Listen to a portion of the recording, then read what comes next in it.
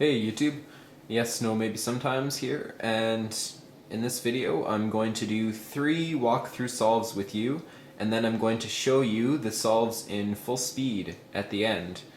So I'm going to list the scrambles as we do them, yeah.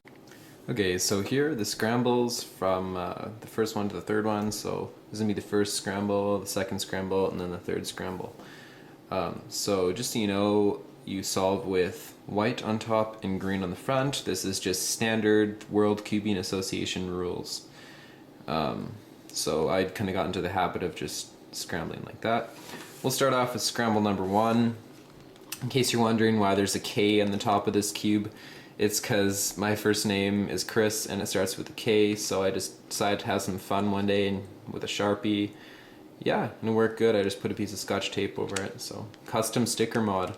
How I would start this off is by solving the cross. I kind of solve it on top and then I kind of switch the bottom like halfway through. It's kind of stupid, but I'll show you what I mean. So I kind of start off with white on top. I don't start off with on the bottom because it's kind of, I don't know, I've been trying to get into that, but it's a little bit harder.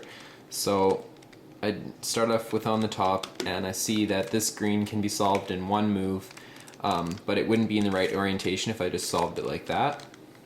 On the other hand though, this blue right here could be solved like that.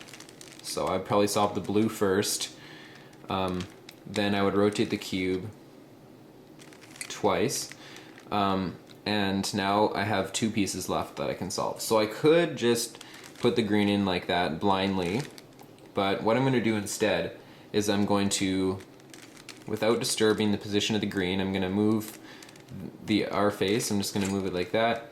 I'm going to put the red in its proper orientation and then put the green in and then line up my cross. So see how I kind of switched from top to bottom as I finished the cross? That's kind of what I was talking about.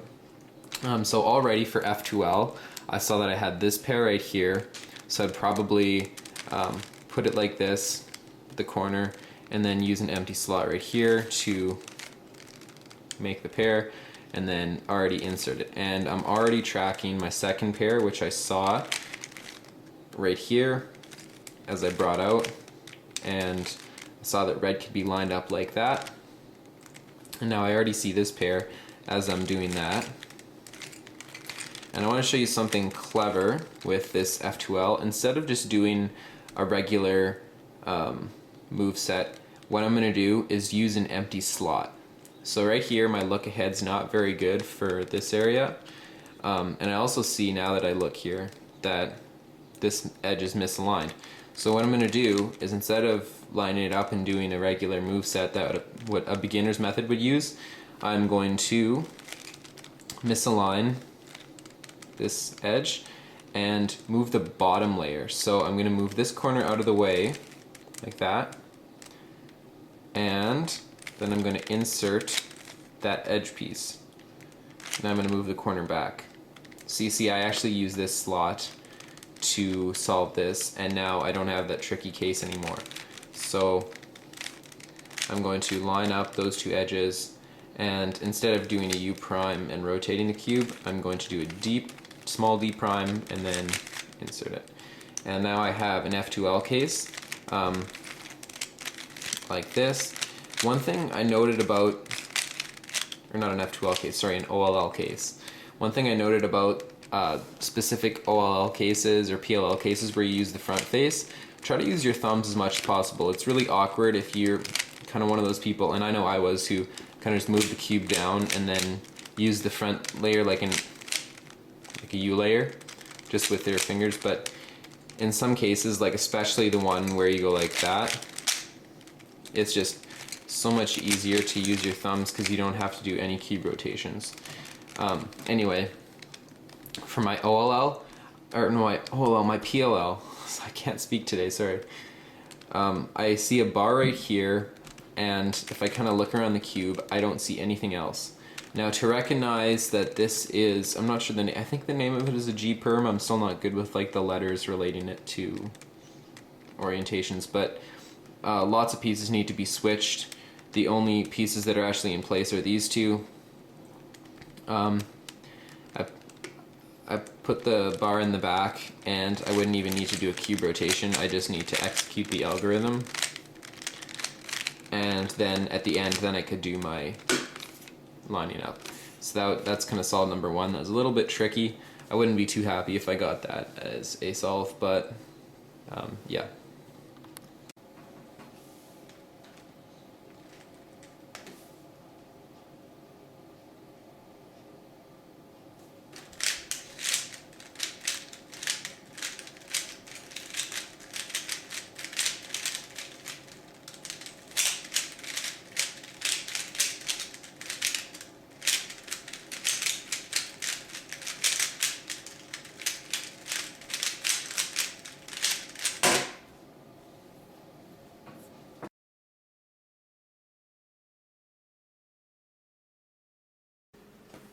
Okay, the second one here, I'm going to look at the cross, and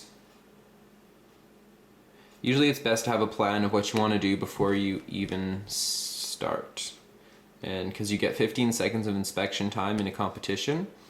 So since the orange is lined up and everything else can be solved pretty easily, I'm going to solve the orange last.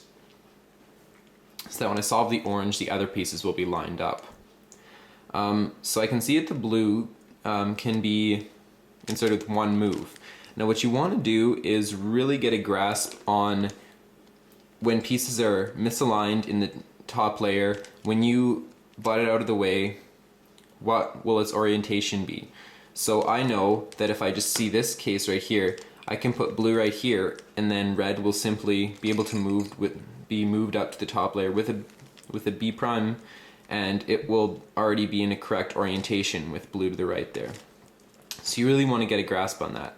So before I even start the inspection time, I'll see, okay, so I want to move this, butt out the red, and then I want to move the red up. And I want to track, okay, so the orange will be right here after I move this one up, and then the green will be right here, and after I move the red up, the green will be right here. So I'll show you what I mean. So I'm going to move the blue, the red, and then I already knew that the green piece is going to be right here. And remember I said I was going to solve orange last. That means that I could just do a U and then solve it like that, but that would be kind of inefficient. So I'm going to do a U2 and then line up the green and then line up the orange as the last one. So now they're all solved. I don't have to realign the cross. Okay, so I've seen this pair right here, and I've also seen this one and this one right here.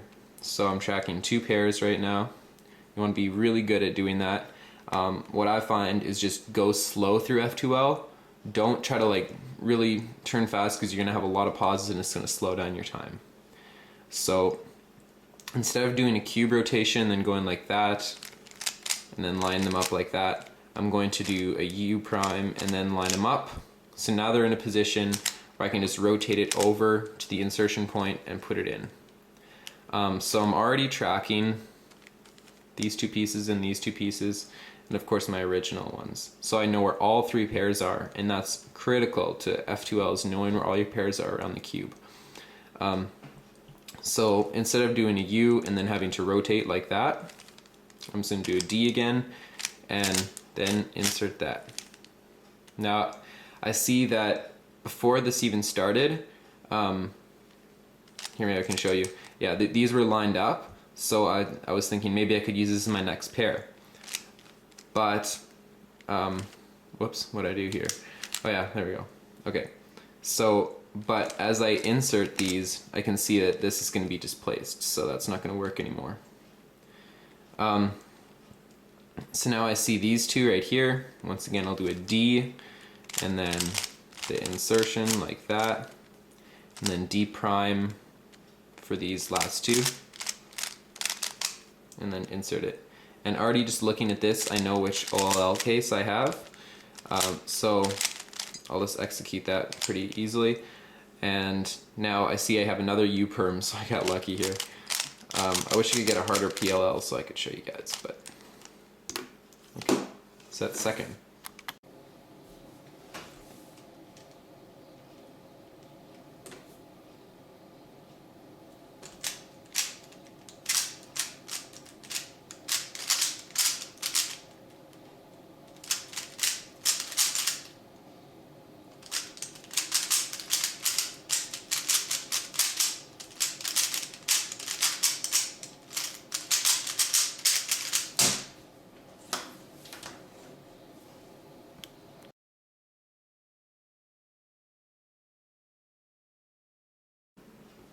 So this cross is going to be really easy because all of the, well, 3 of the pieces are solved.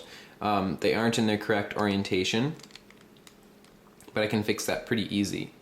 So I can see that red, when I move it up, it's going to be opposite orange. So in my inspection time, I'll be like, okay, I'm going to butt green out of the way, then green has to go there. So I'll just easily solve the cross like that, and then line it up to end off with. And you can already see these 2 right here. Critical in F2L is to always kind of know where 2 pairs are at a time, and to know kind of what's going to happen to them after you do a certain move set. So right here I see that I can move this over and line the edges up like that, and do a D and insert them, and I've seen these 2 right here, so I'll line them up. So now they're right here, and then I'll insert them just like that. And now I see that, whoops, sorry, the glare, I'm looking through the camera here. So this one right here and this one right here I can line up, but instead of kind of doing this and line them up that way, I mean, I could do that, but I'd probably use this empty slot right here to make my last pair easier for myself. So I'm going to do that and then line them up. And then the last pair now simply is me looking to see what's already in that slot, and I see it's a solved edge, so I can line them up and insert them like that. And now I got an easy OLL case. And okay, right here, so I got a harder PLL. So I think I might know what this is. These 2 pieces need to be swapped, and these 2 pieces need to be swapped. So am I right? Yep. So just kind of looking at it, you should be able to kind of tell. I know it's hard at the start, but anyway, I know that the ELG starts with these at the back, so I'm not going to do any cube rotations, and just execute it and then line them up at the end.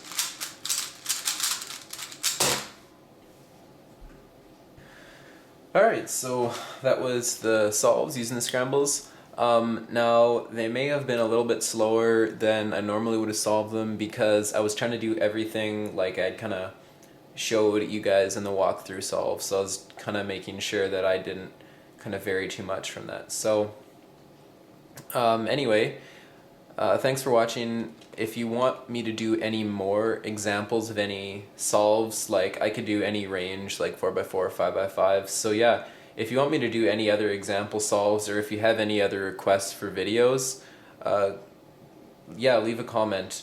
The next video I'm really hoping to make soon is me solving a 4x4 underwater. I was originally going to do it just me holding my breath solving a 4x4, but then I decided why not solve it underwater. That way you can tell I'm holding my breath for sure, and it looks cooler. So I'm going to get my GoPro because it's waterproof, and we'll try to figure that one out. So don't expect the video too soon because I don't know if they're going to let me bring a 4x4 Rubik's Cube into a pool.